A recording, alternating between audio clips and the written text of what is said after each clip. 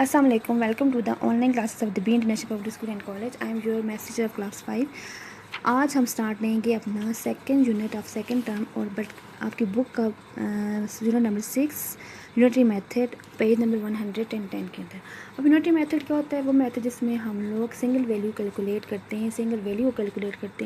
Single value जब हमारे पास दो या दो से ज़्यादा वैल्यूज़ या क्वान्टिटीज़ क्या होती हैं गिवन होती हैं. ठीक है, वो मेथड जिसमें हम लोग सिंगल वैल्यू को कैलकुलेट करते हैं जबकि हमारे पास दो या दो से ज़्यादा क्वांटिटीज़ या वैल्यूज़ क्या होती हैं गिवन होती हैं. ठीक है, अब जब आपके पास example the price of one ball जो है RS50. एक बॉल की प्राइस कितनी है? 50 रुपीज़. ठीक है, आपने 20 बॉल की फाइंड आउट करनी है.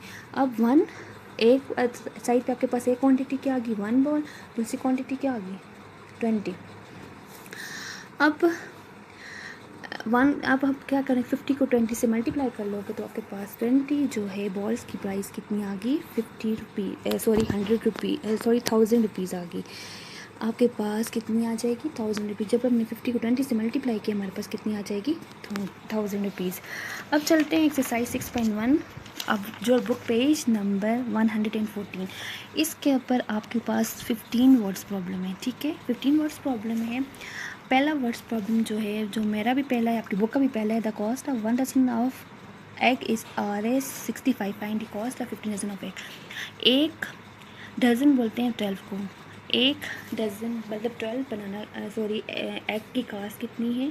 65. आपने 5 डज़न एग की कास्ट फाइंड आउट करनी है. द कॉस्ट ऑफ 1 डज़न 12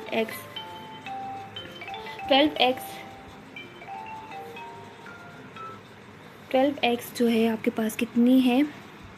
वो 65. अब आपने 5 डज़न की फाइंड करनी है तो आपके पास कितनी आ जाएगी? 65 को जब 5 से मल्टीप्लाई किया तो आपके पास कितना आ जाएगा? 65 जब 5 से मल्टीप्लाई किया आपके पास 325 आ जाएगा. 325 जो है the cost of 5 dozen of eggs is 325. अब आपको ये चीज़ अपने माइंड में रखनी है जब भी आपको छोटी चीज़ देकर बड़ी चीज़ का पूछेंगे. यहाँ पे 1 डज़न और 5 डज़न है. आपके पास क्या है? 1 डज़न जो है वो कम है, 5 डज़न क्या है ज़्यादा है. तो आपके पास कितनी कास्ट आ जाएगी? 325. छोटी चीज़ है कि जब भी आपसे बड़ी का पूछेंगे आप लोग क्या करोगे? आप लोग मल्टीप्लाई करो. जब भी आपको छोटी चीज़ देकर बड़ी चीज़ का पूछेंगे तो आप लोग क्या करोगे? मल्टीप्लाई करोगे.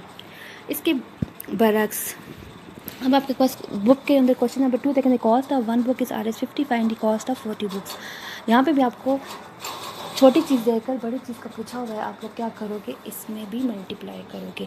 अगला क्वेश्चन है Ahmad on RS 400 per day find his weekly income.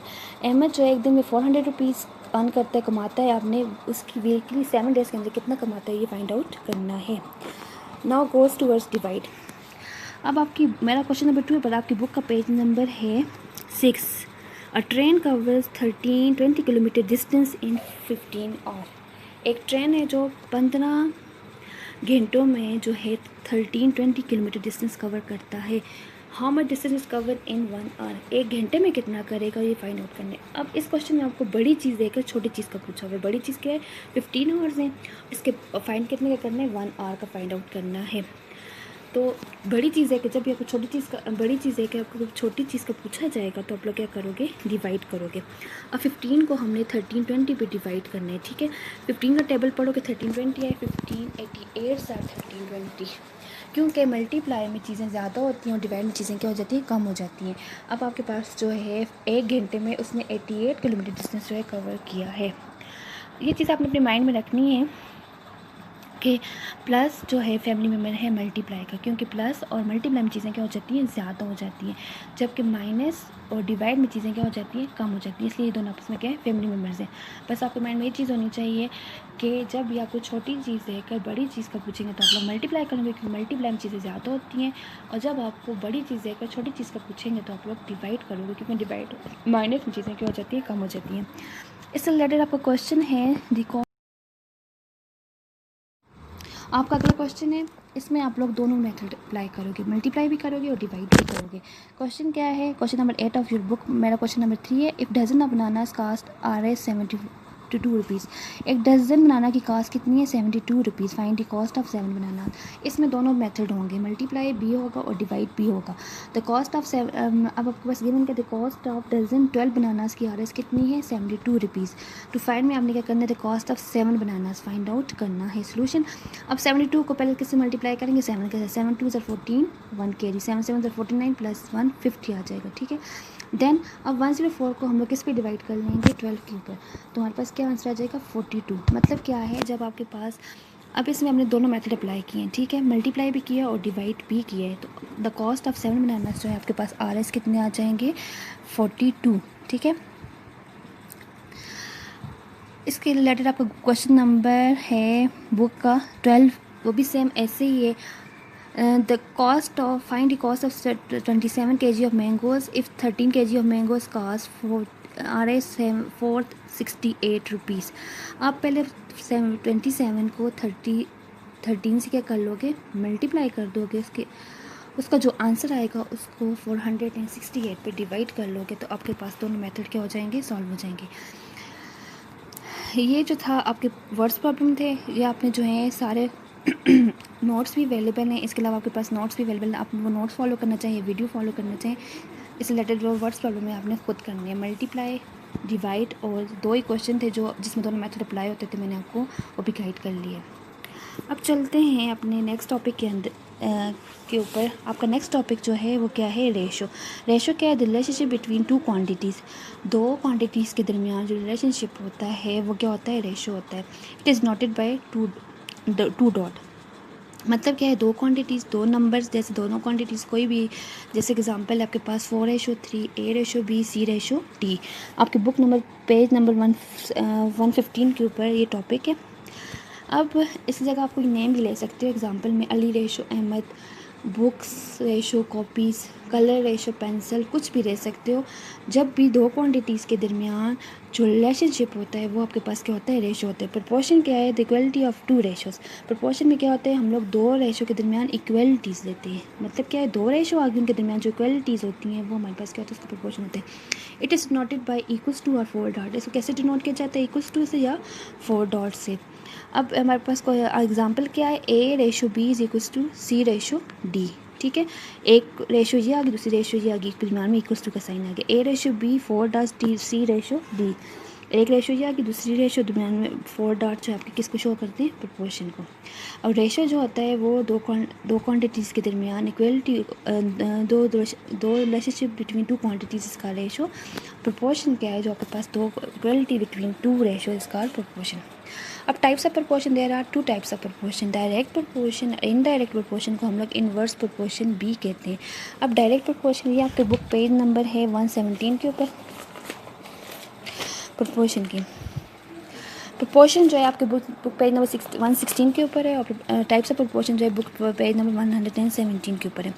अब how many types of proportion, there are 2 types of proportion, direct proportion and reverse proportion and indirect proportion. Direct proportion में क्या होता है, relationship between 2 quantities such that increase in first quantity the other quantity also increases, and with the decrease in one quantity other quantity also decreases. इसमें क्या होता है, अगर एक चीज़ ज़्यादा हो रही दूसरी चीज़ भी क्या होगी ज़्यादा होगी, अगर एक चीज़ कम हो रही दूसरी चीज़ भी क्या होगी कम होगी। अब आपके ऊपर बुक पेज नंबर 117 के ऊपर एग्जांपल है 1 kg of sugar cost RS 20 rupees. 1 kg sugar की कॉस्ट कितनी है 20 रुपीज़। अब अपने फाइंड आउट क्या करनी है, 1 kg की 20 रुपीज़ है, 2 kg की कितनी हो जाएगी, 2 को 20 से मल्टीप्लाई 40। अब 1 kg के है वो कम है, 2 kg की ज़्यादा होगी, 3 kg की और ज़्यादा हो जाएगी, 4 kg की और ज़्यादा हो जाएगी। तो इसमें क्या हो रहा है, क्वांटिटीज़ भी इंक्रीज़ हो रही है और उसकी कॉस्ट भी इंक्रीज़ होती जा रही है। आगे जाते हैं इन्वर्स या इनडायरेक्ट प्रोपोर्शन। अब इन्वर्स या इनडायरेक्ट प्रोपोर्शन में क्या होता है, relationship between 2 quantities such that increase in one decrease the other, decrease in first increase the second. इसमें क्या होता है, अगर एक चीज़ आपकी ज़्यादा हो रही है दूसरी चीज़ क्या होगी कम हो रही है, अगर एक चीज़ कम हो रही है दूसरी चीज़ क्या होगी ज़्यादा होगी। अब आपके पास बुक 119 के ऊपर पेज नंबर 119 के ऊपर आपके पास एग्ज़ाम्पल है। अब आपके पास the quantity of food in a hostel is sufficient for a one child for 16 days. अब एक बच्चा है, उसकी 16 डेज़ के लिए जो उसके फूड है जो स्टोर किया हुआ है वो जो इनफ होगा सिर्फ एक बच्चे के लिए। अगर बच्चे ज़्यादा हो जाएंगे, नंबर ऑफ़ चिल्ड्रन हम ज़्यादा कर लें, 2 बच्चे कर लें, तो फूड जो होगा कम हो जाएगा ना, नंबर ऑफ़ डेज़ इस्तेमाल करने के कम हो जाएंगे, अब 8 डेज़ हो जाएंगे, ठीक है। क्योंकि अब यहाँ पे बच्चे क्या हो रहे हैं, ज़्यादा हो रहे हैं, नंबर ऑफ़ डेज़ क्या हो जाएंगे, कम हो जाएंगे। तो ये क्या है आपके पास, इन्वर्स प्रोपोर्शन, ठीक है। अगर नंबर ऑफ़ डेज़ हम ज़्यादा करते जाएंगे तो नंबर ऑफ़ फूड जो यूज़ कर रहे हैं वो क्या हो जाएगी, कम हो जाएगी। अब आपके पास फार्मूला है, फार्मूला क्या है, A/B=C/D। अब हमारे पास इसकी 2 पोजीशन है, एक्सट्रीम पोजीशन A और D। ये हमारे पास कौन सी पोजीशन होती है, एक्सट्रीम होती है। अब एक्सट्रीम क्या होता है, जो टॉप पोजीशन होती है, जो आपको पता है, मैं कहती हूँ टॉपर जो हैं क्लास के वो एक्सट्रीम पे फर्स्ट पोजीशन वाले। ए और डी कौन सी पोजीशन है, एक्सट्रीम। दरमियान में सेंटर वाली, दरमियान वाली 2 कौन सी है, मीन पोजीशन, बी और सी। आपका फार्मूला क्या है, product of extreme is equal to product of mean.